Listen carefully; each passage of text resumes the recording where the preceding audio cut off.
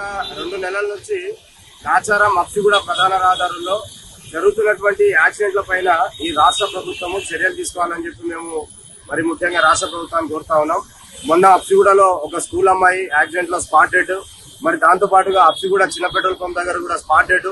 ఈ రోజు ఉదయం 8:30కి ఇక్కడ నాచారం హెచ్ఎంటీ నగర్ కమాన్ పక్కన ఉన్నటువంటి జాలికేప్ ఎదురుగా ఒక మహిళ స్పాట్ డెడ్ అవ్వడము, మరి నిన్న 2 రోజుల క్రితము నాచారం ప్రధాన రహదారిపై ఉన్నటువంటి మన హనుమాన్ టెంపుల్ ముందల ఒక గ్యాస్ వెహికల్ కూడా వచ్చేసి అక్కడ ఉన్నటువంటి ఫుట్పాత్ లో ఉన్నటువంటి అన్ని వెహికల్స్ ని గుద్దుకుంటూ వెళ్లడము.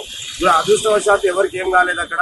మరి ఈ రాష్ట్ర ప్రభుత్వాన్ని పోలీస్ శాఖకి మేము ప్రత్యేకంగా విజ్ఞప్తి చేస్తున్నాము. ఈ హెవీ వెహికల్స్ అన్ని కూడా స్కూల్ టైమింగ్ ఉన్నటువంటి సందర్భంలో వాటి ఎవరిని కూడా అలో చేయొద్దని చెప్పి మేము డిమాండ్ చేస్తున్నాము. ఎందుకంటే రోజు రోజుకి ఈ యొక్క యాక్సిడెంట్లు పెరుగుతా ఉన్నాయి.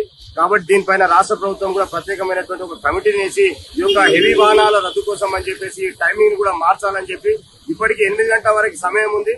ఆ 8 గంటలు కాదు, దాన్ని 6 గంటల వరకే హెవీ వెహికల్స్ ని ఈరోజు వచ్చేలాగా చర్యలు తీసుకోవాలని చెప్పి డిమాండ్ చేస్తున్నాము.